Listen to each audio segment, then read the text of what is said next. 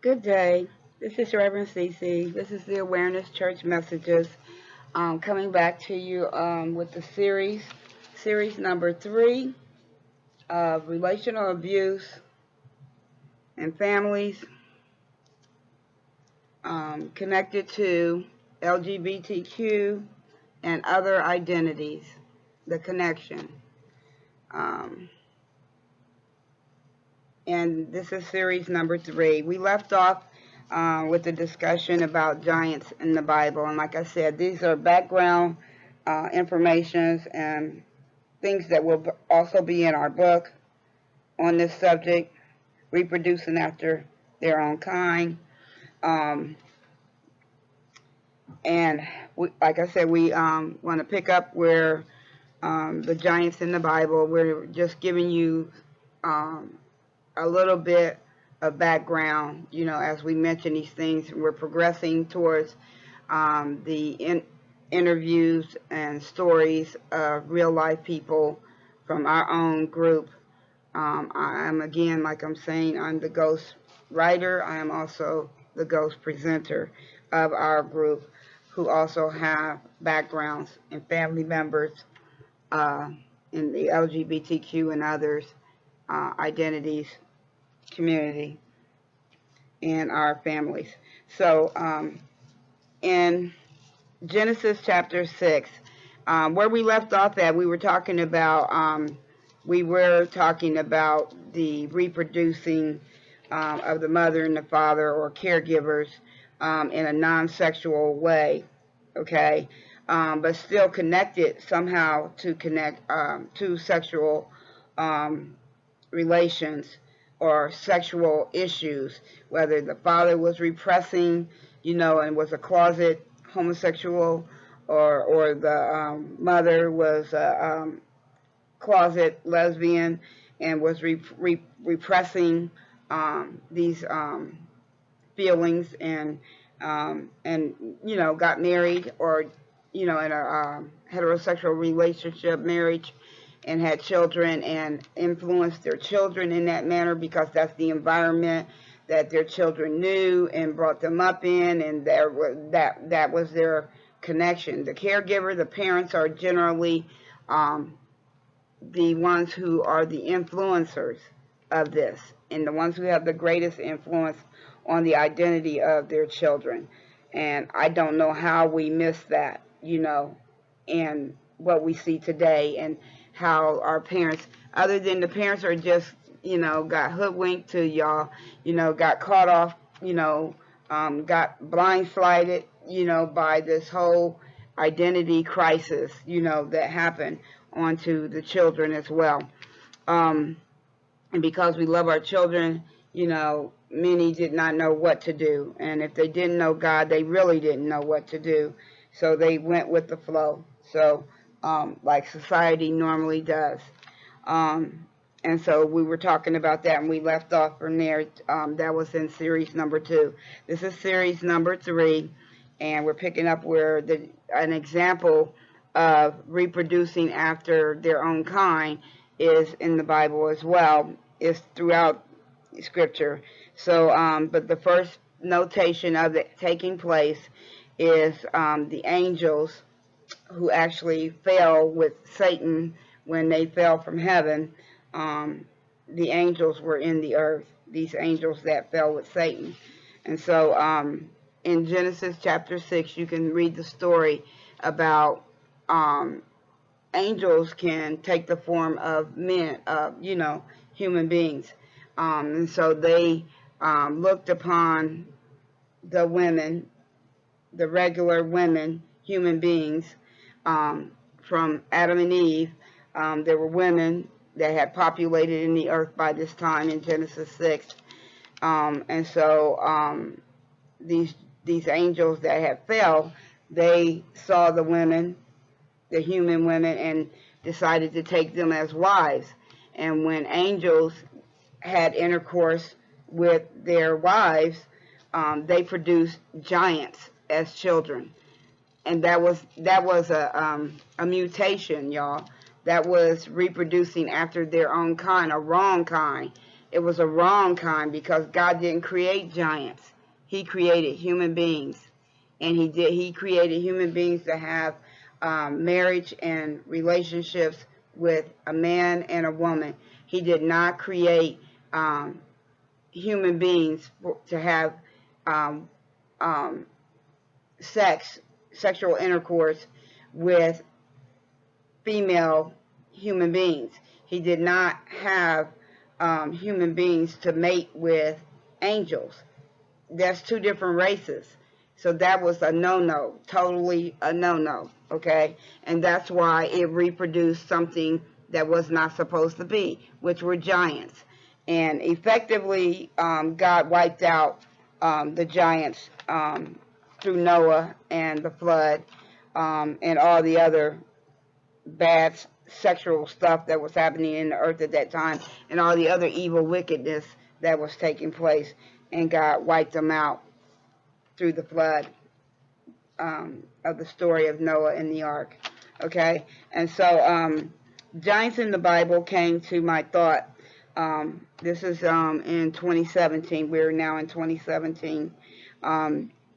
Came to my thought today about, and I'm reading from my journal, about what is reproduced after their own kind when other identities get together, i.e. angels and female humans, okay, or immortals getting together with mortals, okay. They reproduce after their own kind when other identities get together unlawfully through immorality. This is immorality too because it is not the way that God intended for human beings to be reproduced. So if a human mates with something else, that's immoral, okay?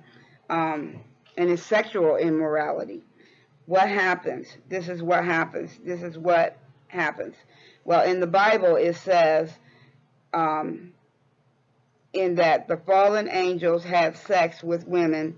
It was that they married them, but they were angels having sex with human women. Humans plus angels equals giants. Having sex produced giants in the land. One thing to point out is that they reproduced after the angels, not the women, humans. So, because angels are phenomenal in size and things of that nature. Generally, if you've ever seen an angel, unless they came and appeared before you in a human form, angels in their normal form, in their created form, they're huge, they're humongous. So it goes to say why when they made it with their human wives, human women, their wives, they ended up having children who were giants. Okay, so that's how the giants came into the land. These angels were more likely male in identity, which we usually know that that's the way they're said to be, sons of God. We know about, were the giants in the land. They ended up being males as well. I don't recall any information that I researched where they had females, children. They had male children. All the giants in the Bible that were mentioned that we have before us were male giants. Okay, that was from from creationhistory.com. It tells you about angels marrying women, and their children were called Nephilims. Nephilim, giants.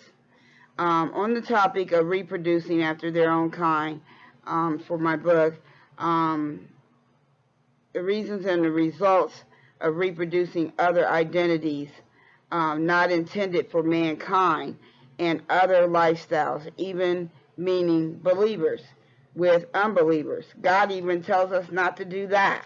That we're not supposed to, if you are a Christian, you're not supposed to marry a person who is not a Christian. You can, but it's going to cause problems because you're two different kind. Okay. Um,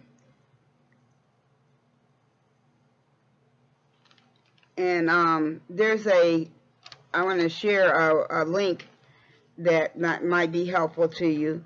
www.whatyouKnowMightNotBeSo.com. What you know might not be so.com. Okay. Um, homosexual lifestyle. It's no white picket fence. These are sources and things that I've looked up over time. I read an excerpt on the internet titled Why I Write About the Homosexual Agenda. This one person wrote, I just want my old friends, evidently they used to be homosexual, in heaven with me, is why he said he writes about it. And this was under the link what you know might not be so.com /love hope.html. Okay. The gay did not choose. Someone forced this upon them. The act that caused it. But it is a choice to practice it and not come out of it. So what he was saying, what he was sharing was that this was forced upon it, and it is forced. It's forced upon your children, because they got it from the environment of their parents or their caregiver. And this stuff is forced upon it. They didn't have a choice. The children who are influenced by these identities and these lifestyles and this sexual abuse and things of those natures, those things, the rejections, the abuse, whatever the abuse was, it was relational, sexual, and it was familial. So it was forced upon them. Okay, may not be in the way that you would consider force, like force is violent, period. Any way you look at it. Though some people who went through something, it may felt very physically violent, okay? You know, like the raping of a child and sexual, and whatever. But other children may have said, well, it wasn't like that, but it was still abuse. It was still sexual abuse. But they were brainwashed into believing, and what the mental health community calls it is that it was normalized for them by their caregivers. And so therefore, the children did not even have a choice in the matter. It was so normalized for them that they received it without somebody threatening them in a violent way with physical harm and whatever, however you want to say it. It's so messed up, it's hard to find the right words to even describe other than to tell the actual stories. And we're going to get to that. But this is what happened. And this is what this gentleman is saying who came out of homosexuality. He said he wanted to tell the story because he wanted some of his other gay friends that he had left behind when he came out of the lifestyle so that they could know the truth, that it was forced on them. But it is a choice lifestyle. You choose to behave.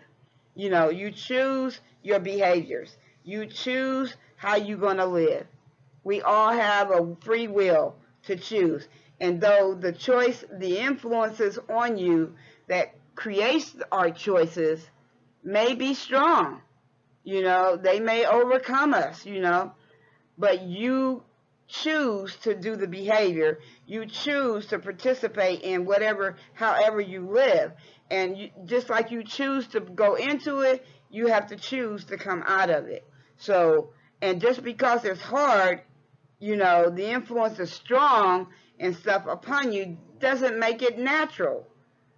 And doesn't mean that it's normal. It's an influence that has happened to you, that has come upon you, and you didn't know what to do with it. You didn't know how to handle it, and now the information is coming out, so that now that the information is out of hiding, out of the dark, out of the closet, you can now hear the truth and do something about it, if you haven't done anything about it by now. Okay? So like he was saying, he wanted to share with his friends that yes, it was forced upon you, but it's a choice to practice it and not to come out of it. Okay? And so I'm writing on this topic because God told me. I'm writing, okay, on this topic because God told me to write about it and to talk about it, the falsehoods of the homosexual life and lifestyle, and what it produces and what it produced. And it produced this lie upon mankind. So people can choose to get free. If people don't know why or how it happened to them, how can they choose to get free? So that's why it has to be talked about. That's why it had to come out. The truth always comes out. Whether or not they choose to get free is up to them. There is help for anyone to do so successfully. The point is to remove the falsehood because it's out of control. It's so out of control to where it's causing our lawmakers to want to change the laws of the land, and that's a bad move. You know, it's okay. People are protected under the law, no matter how they live or choose to live their lives. But there's some protection that the law cannot give you. No matter how many laws they change, they're not going to be able to give you that. So what you really need is the truth. And then to make a conscious decision which way you want to go with it. Okay? And the other reason why I'm writing on it, mainly because of God and what he told me to do with it. But another reason to write about it and to talk about it is because we have books on this, on normal reproduction, for heterosexual people. So why not describe how people become gay or any other identity, lifestyle? We have the normal reproduction and how people come to be. So why not write about the abnormal? I'm going to say it's abnormal because, but you can say, the other identities and stuff, but it's best to say it in this way because it's not the norm, no matter how much we want to normalize it. And so that's why I'm writing about it as well, okay? Because there's always a good side to something and a bad side to something. And that's the simplest way that you can look at this. And the point of the writing and the talking about it and all the truth coming forth is to remove the falsehood that has been allowed to run rampant in society, affecting everybody. And it's also hindering people from getting free. So we're sending the good news that the Lord has sent us to do. Okay. We did research. I have some listings of some research and stuff. We heard interviews and got the interviews from Daystar Ministries and the Exodus Ministries on former people and people who wanted information, and on people who have come out of the lifestyle, who have lived the life and come out of the lifestyle. And you can check out Darby Ministries as well. I'm not researching / writing the book or discussing to argue or debate with anybody. I'm not doing this to debate anybody's platform other than the platform of falsehood. So I'm coming against that, yes. Um, and hopefully in a good way, in a godly way, in a way that helps. The information or the topic. I'm writing to give people the truth from people who have been impacted and by deception, so people can choose to come out or stay in the deception, but choose on their own. God says, um, why withhold the truth in righteousness? God withhold the truth in righteousness. Um, Producing after its own kind, man-made or woman to woman-made, cannot reproduce after its own kind correctly. But it does reproduce mutations of human beings, human identities. And this is what they get: gay men and gay women and other identities, lifestyles, as well as the mixing of the same sex. You get the diseases or destruction to the human beings that happens, problems it destroys, abuse, and unnatural use towards each other. You can check out Romans 1 on some of that. Um, and there's many confirmations out there that this is the lie, that this lie is indicating that God will not or is not going to judge this sin. But he's already judged it. He's already judged it. So people can choose to believe that he has not or he is not going to. He has already judged it. Some other sources have brought out some points. We're still in the year 2017. Some lies that were said. I was born this way. No legitimate study has been found to prove that. Reproducing after their own kind is what has happened and what has brought this forth. People do become addicted to the behavior. So that's why it seems like, or are saying that they were born that way as well. Many bisexuals prove that this is a choice. They choose to be, you know, women or want to be with women, and then they turn around and choose to be with men. So the whole dynamic of being bisexual um, clearly states that it's a choice. That's a good example. Another lie is it gets better and you'll get used to it, is another lie that you will hear in that LGBTQ and others community. No, the truth is it gets worse mentally and diseases and spiritually, but they say this is from social rejection. But that's not the reason why it gets worse. It's not through social rejection.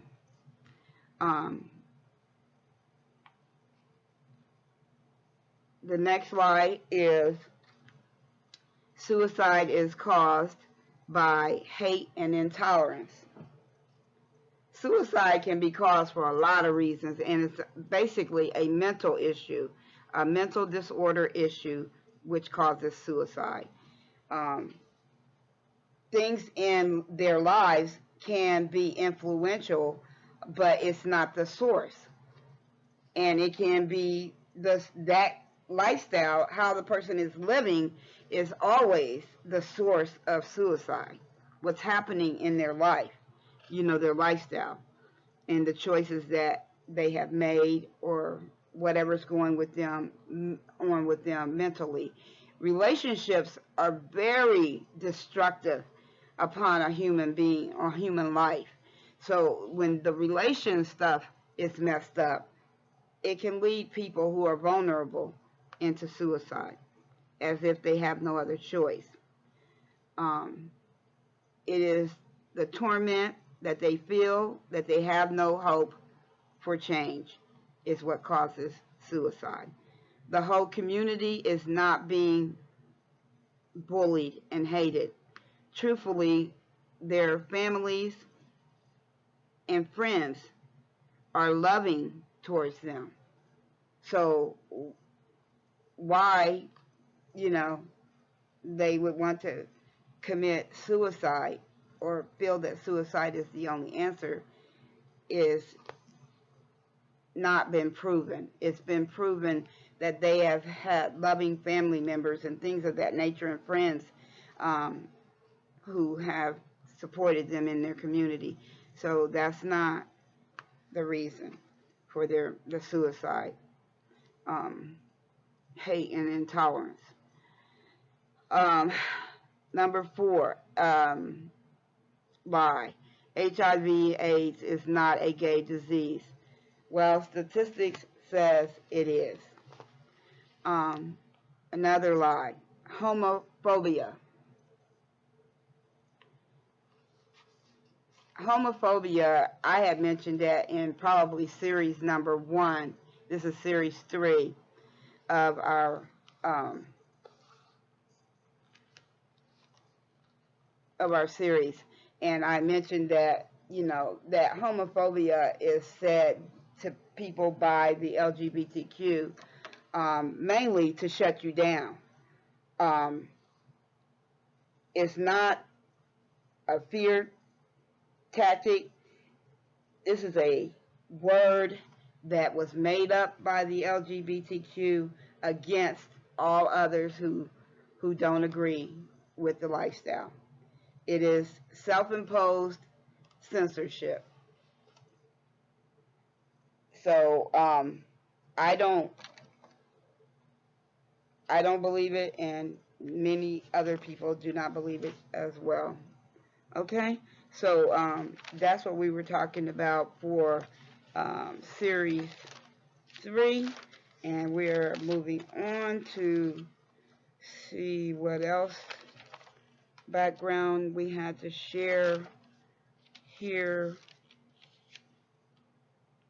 because I'm giving you background from the journal as to why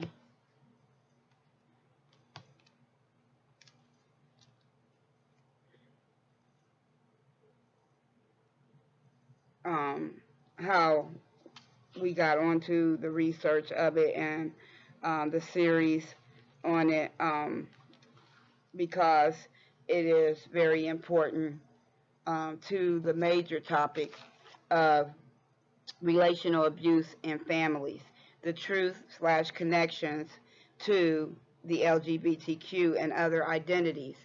This is where it came from, y'all, is what we're trying to help you see.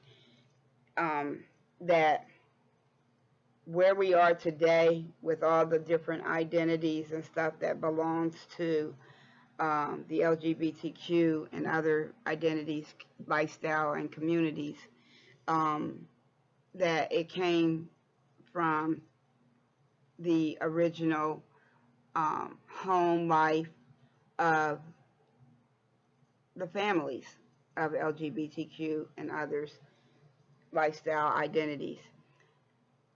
And we are going to go from the lifestyle of that. We're giving you background to show you how we got the other identities in the first place. And just because the door has swung wide open so that everybody could come out, and say who they are and live their life openly in these identities and lifestyles, does not mean that it's normal. And they want the opening, the freedom to announce their presence, their lifestyles, so that it can become the norm. But I'm going to tell you something. You look in the Bible, okay, and see when people did that. Each time people did that, it ruined the people. It ruined the society. So much so that God had to destroy it each time that it happened. Once with a flood, the next one with fire and brimstone. Go figure, okay? Remember Noah's Ark and remember Sodom and Gomorrah. And there are other incidents and things throughout the Bible that tells us all about, this. But God is not going to keep hammering on the same subject. He's going to tell you, that it's wrong, show you how it's wrong, and help you to see the way out, to get it right. And it's up to us as human beings to make that choice. But in the meantime, we have to protect everybody else from stuff when we get it wrong. That's why we have the law, but that's also why we have the church and God in our lives. Okay, God gave us the law. And so for us to be, and we do have the free will to choose to do whatever we want to do.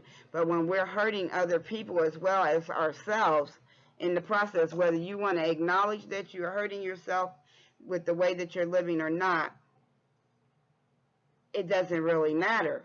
There has to be something greater than us, which is God, which is His law, to bring us back to our senses. And if we don't, then we suffer devastation in so many different ways, and we can ignore it and excuse it and say it doesn't exist all we want, but we will pay for it.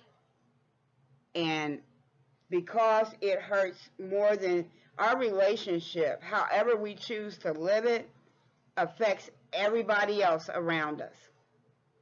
God made us that way. He made us relational. And so because we are relational beings, creatures, we can't help but affect people, good and bad, by our own life, okay, in the way that we are choosing to live it.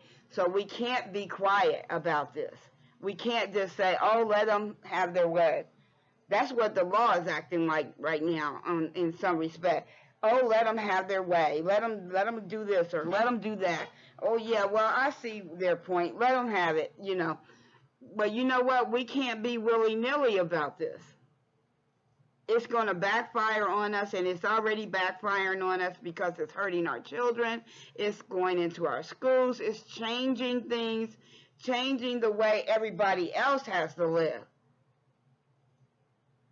And everybody else is not in agreement with it.